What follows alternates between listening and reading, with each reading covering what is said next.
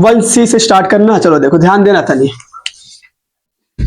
अगर इसको हमें पढ़ना है तो इसको अपने आप भी लगा सकते हो, बस थोड़ी सी चीजें अगर पता हो। जानते हो क्या क्या चीज है? एक तो परिमेय के बारे में और एक अपरिमेय। अगर ये दो चीजें पता है हमें तो हम बहुत आसानी से ये चैप्टर को अपने आप खत्म कर सकते हैं। परिमेय किसको कहा जाता है?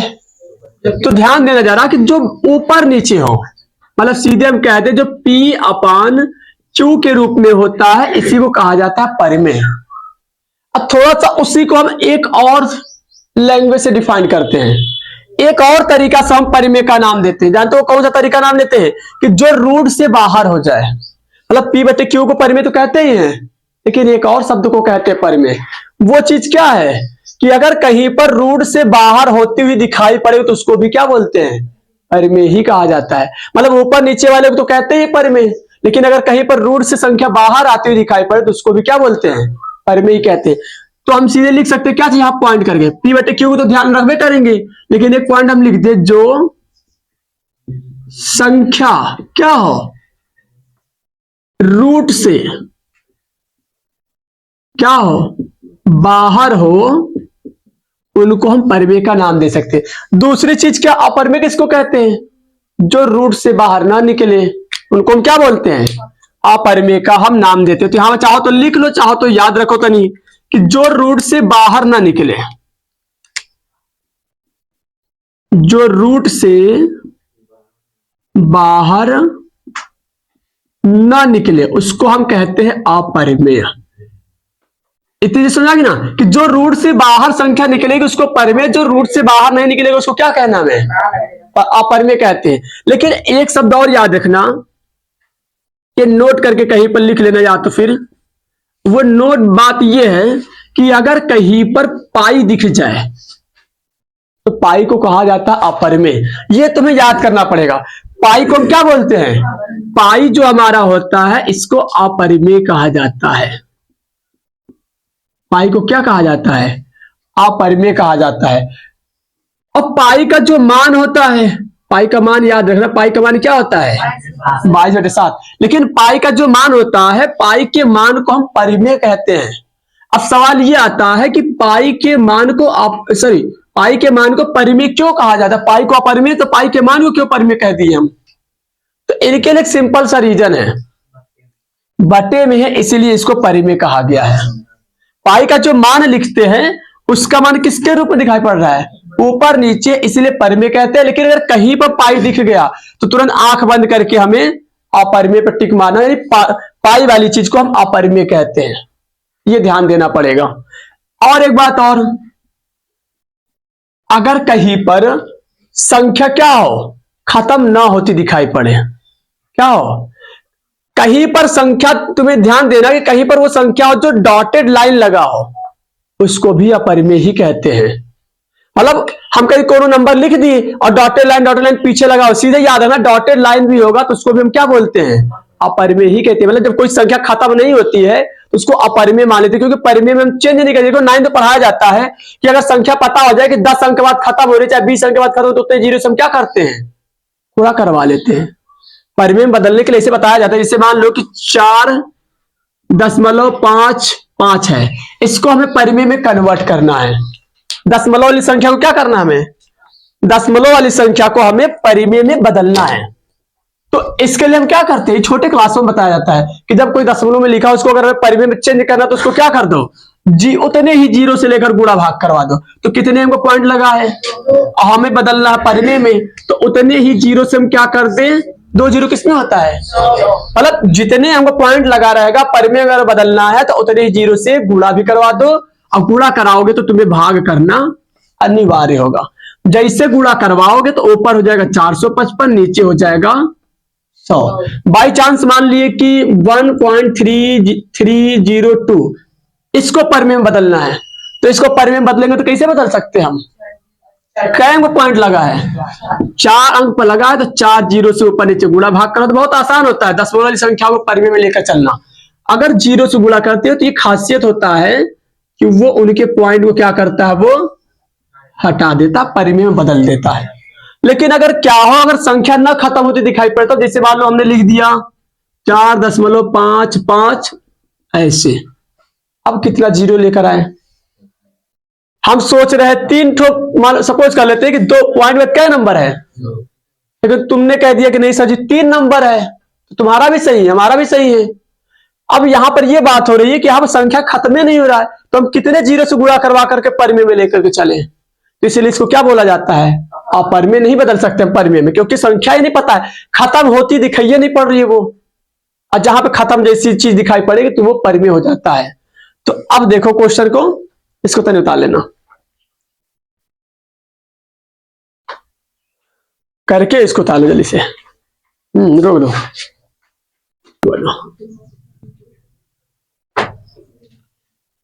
अब प्रश्नावली 1C को देखा जाए, तनी क्वेश्चन क्या लिखा हुआ उसको छांट करके मैं केवल परिमेय अपरिमेय के लिए शब्द ही ऐड करके बताने होंगे क्या चीज है वो। पहला क्वेश्चन में क्या लिखा है, पहला क्वेश्चन हमारे पास ये है कि √3 π/3 22/7 3√4 4 सही 1/4 रूट में है, और 2.3 पीछे। चलो ठीक है, ऊपर है सर जी, कहाँ है? बार लगा है,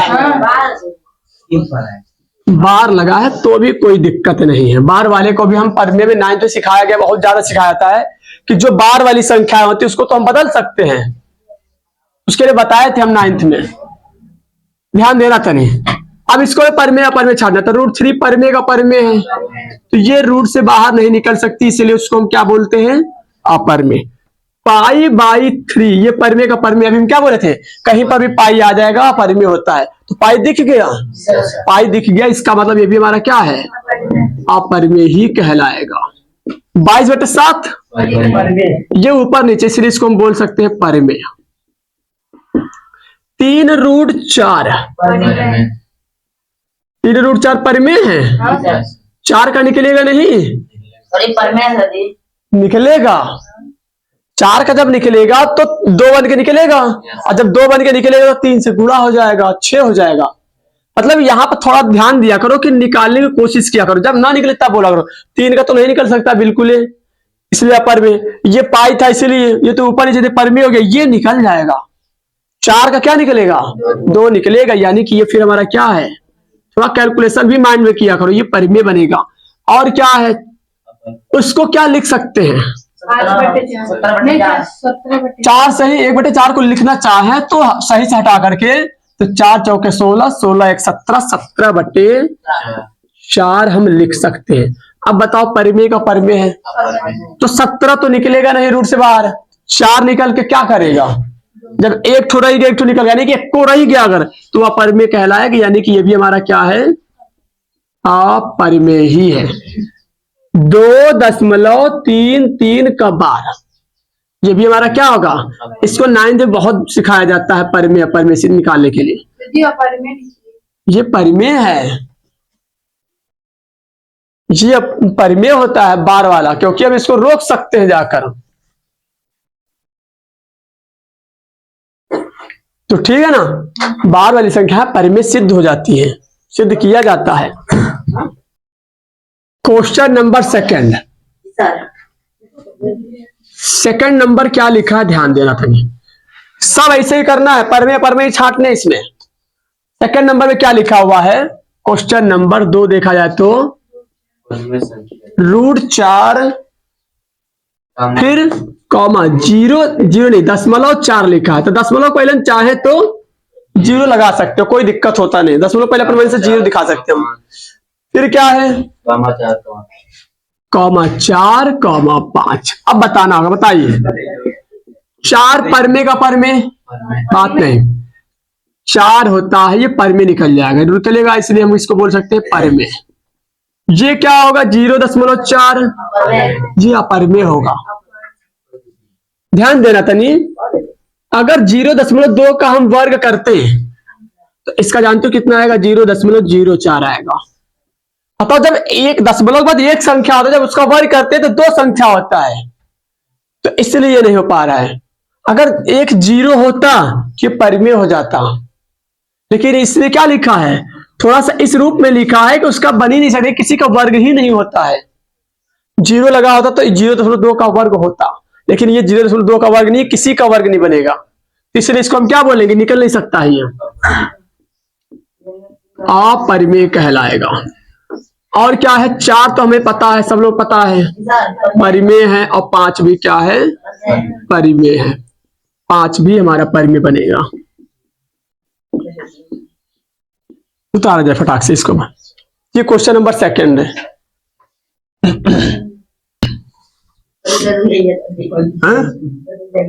इसे टुकड़ा है इसमें तो।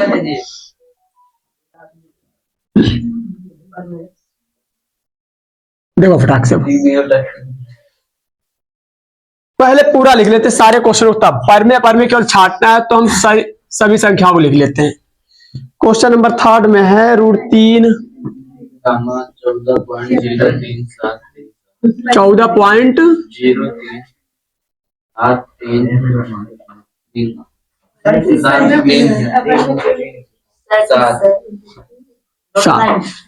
डॉटेड लाइन पीछे लिखा हुआ है, √1 है। एक ये प्रश्न है। क्वेश्चन नंबर 4 के बारे में अब चौथा लिखा हुआ है 4 - √3, 5 - 4 रूट में 7/2। 4 - √3 और लिखा हुआ है √7/2, 5 - √4, रूट में 0.01। क्वेश्चन नंबर 5 में क्या लिखा हुआ है? √2, √3, √9। क्वेश्चन नंबर 6 का √7, √11, √11 और √16, √19, √23, √16, √19, √23। 7वां नंबर में लिखा है √4, √3, √5, √16। बस इतना ही रहने दो, आप कर ले जाओगी, इतने में देख लेते हैं। तो ये हमारा परिमेय क्या है? मतलब ये हमारा परिमेय है, तो ये रूट से बाहर नहीं रही, परिमेय कहला गई। ये फिर क्या है? डॉटेड लाइन देख सकते हैं पीछे, ये इसका मतलब खत्म नहीं हो रहा है, खत्म नहीं हो रहा, इसका मतलब ये फिर क्या हो गया?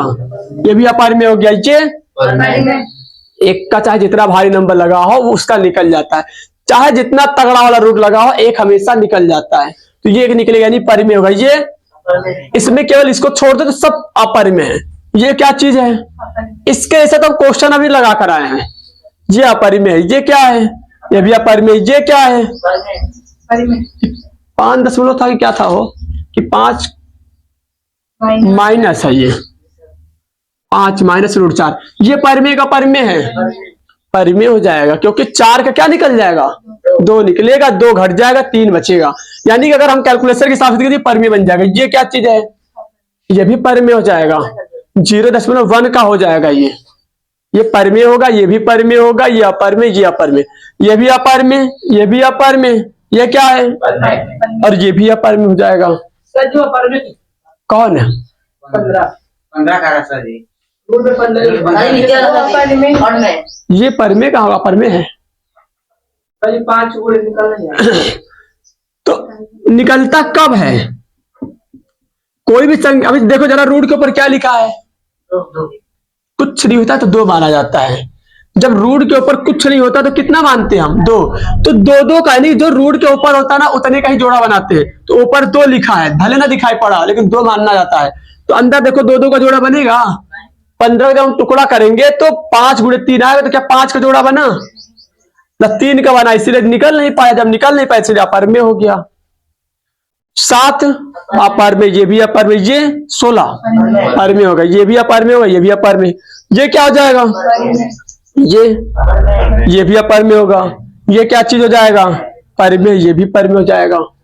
बस ऐसे ही 8वां नंबर लगा लेना, 9वां और 10वां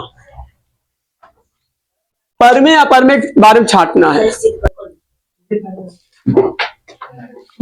इसको ब्रेक कर दो, ही पर दूसरा चालू करो, क्योंकि दूसरा प्रश्न है ना, काट दे ना, पूरा करके करो फिर से।